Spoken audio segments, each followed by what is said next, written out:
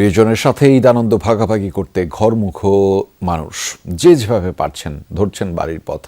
দিনভর বৈরী আবহাওয়া উপেক্ষা করেই রাজধানী ছেড়েছেন অনেকেই। ঘরমুখো মানুষের খবর জানাতে সহকর্মীরা আমাদের সাথে যুক্ত রয়েছেন। সদরঘাট লঞ্চ টার্মিনাল থেকে যুক্ত রয়েছেন সহকর্মী রাজীব আহমেদ। তার মাধ্যমে সেখানকার পরিস্থিতি জানাতে চাই। রাজীব, লঞ্চগুলোর সময় মতো ছেড়ে যাচ্ছেন কিনা, এখন কি পরিস্থিতি দেখছেন, মানুষের ভিড় আসলে সেখানে এই মুহূর্তে কেমন দেখছেন?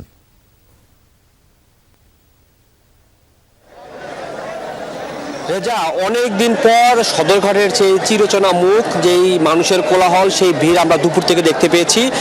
দক্ষিণাঞ্চল মানুষের ঘরমুখো যে বাড়ি ফেরার যে ভিড়, সেটা দুপুর থেকেই ছিল।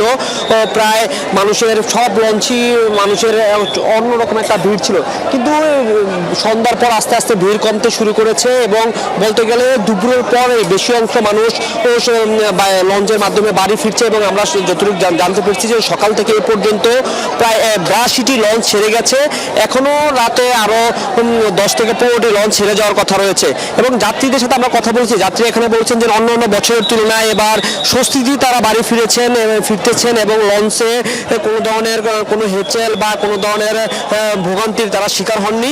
কিন্তু বৈরী আবহাওয়ার কারণে কিছুটা বেগ পেতে হয়েছে, যানজটের কারণে বা অন্যান্য সমস্যা। বৃষ্টিতে ভিজে অনেকে আমরা দেখেছি যে অনেকে বৃষ্টিতে ভিজে লঞ্চে উঠছেন বা বাড়ি ফিরতে তাদেরকে দেখা গেছে।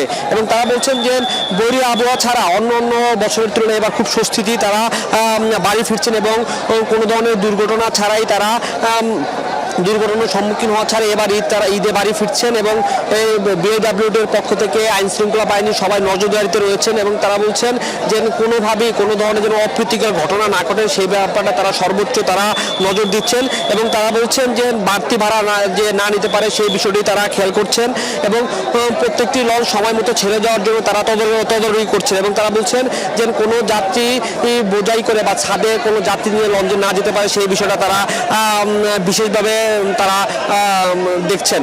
এবং আমরা যাত্রীদের সাথে কথা বলে যাত্রীরা বলছেন যে অন্য বছরে যে ভাড়া নিয়ে যে একটা সমস্যা ছিল বা সদরঘাটের যে একটা দৌরত্ব ছিল হকার সহ অন্যান্য হকারদের, সেটা আবার নাই বললেই চলে।